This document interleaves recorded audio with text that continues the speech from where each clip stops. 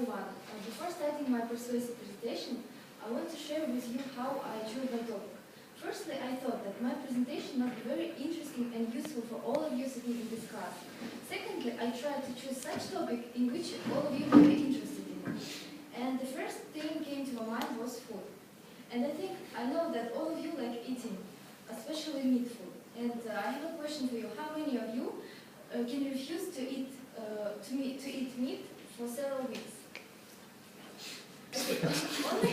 only one person. And you're lucky one, because today I'm going to support you and persuade others that vegetarian food can be very healthy for our body. By the end of the presentation, I think that all of you will understand the idea of my presentation. And I want to concern you that the topic of my presentation is short-term vegetarian diet, not long-term. And long-term vegetarian diet can really cause some problems. Now let me outline the main points. The first is that vegetarians have lower risk for obesity. Next one is vegetarian diet decreases the level of mortality and morbidity caused by different diseases. Next one is vegetarians are more positive than omnivores. Vegetarians save animals' life. And the last one, long-term vegetarian may cause anemia. Now, I think you are interested in how, when, and where the vegetarianism was originated. According to the Spencer Collins in History of Vegetarianism in 1993, the first idea was vegetarianism was originated in Greece and India. And this time, such philosophers as Pythagoras or Plato, they supported this idea. And they thought that the soul of killed animal can transmigrate to people. And this is the primary source of wars, murders, and strifes. This idea also was taught in Pythagoras schools in Egypt, and then it was distributed to Mesopotamia, India, and so on. Actually, the word vegetarianism was coined only in 1940, and then distributed as a diet. According to the Dewar, who reported in the American Journal of Clinical Nutrition in 1988, dietologists divide vegetarian diet into the following types. First is vegans, next one is lacto-vegetarian, and the last one is semi-vegetarian. The difference between these three types are in the product they consume. For example, lacto-vegetarians they eat only milk food. Semi-vegetarian eat everything: meat, plant food, and milk food. And the last one is vegans. This is the more strong and the more difficult diet, and people who follow this diet eat only plant food. Now let me move on to the main steps. The first is it lowers risk of obesity. According to as Timothy Kay reported in his study, vegetarian food has fewer calories than meat food. And they did some studies, and this graph shows 4 different types of vegetarian diet or diet.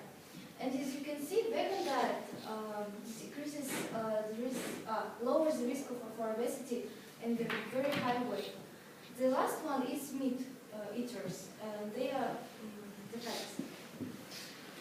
The next point is that vegetarian diet decreases level of heart diseases and diabetics. I took only these 2 types because I think they are more spread and they're more common for you. As you know, according to the Harold Gitter, who reported in his article, vegetarian food has especially is poor of saturated acid and rich of unsaturated acid. And you know that the high level of unsaturated acid can aggregate platelets that leads to thrombosis. And thrombosis is a primary source of heart diseases. As the same principle works for diabetics. Diabetics is such disease, and people who suffer from diabetes, they should follow only a very, very strict diet. and vegetarian diet is really suitable for it. One interesting point, according to the Matthew Rabi, who reported in his book Appetite in 2011, vegetarians have some differences in their well-being. And according to his study, vegetarians are more positive than meat eaters. And approximately 60% of Americans became more positive after adopting vegetarian diet. The next point is that a vegetarian diet can save animals' life.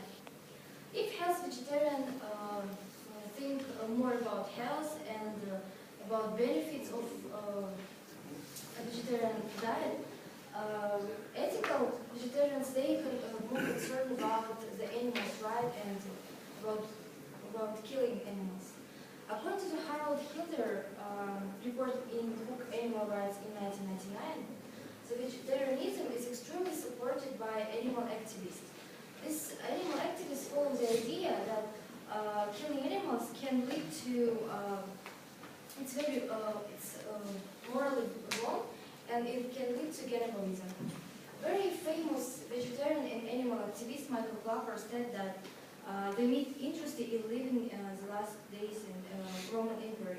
I think that these words explain that when you kill animals, it's the same as you kill people, and it leads to cannibalism and so on. Moreover, there are a lot of organizations who save animals and who increase animals' welfare, such as Earth Safe, Animal Rights Mobilization, Committees for Animal Liberation, and so on. Unfortunately, long-term diet can lead to some diseases. One of this is anemia. Anemia is caused by deficiency of iron, and you know, meat food is rich of iron.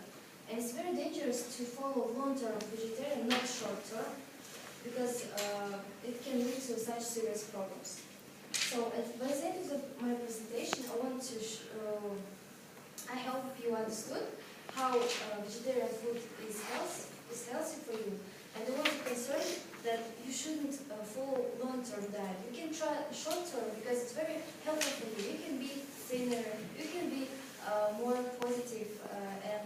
I want to end my presentation with Robert Hutchinson word.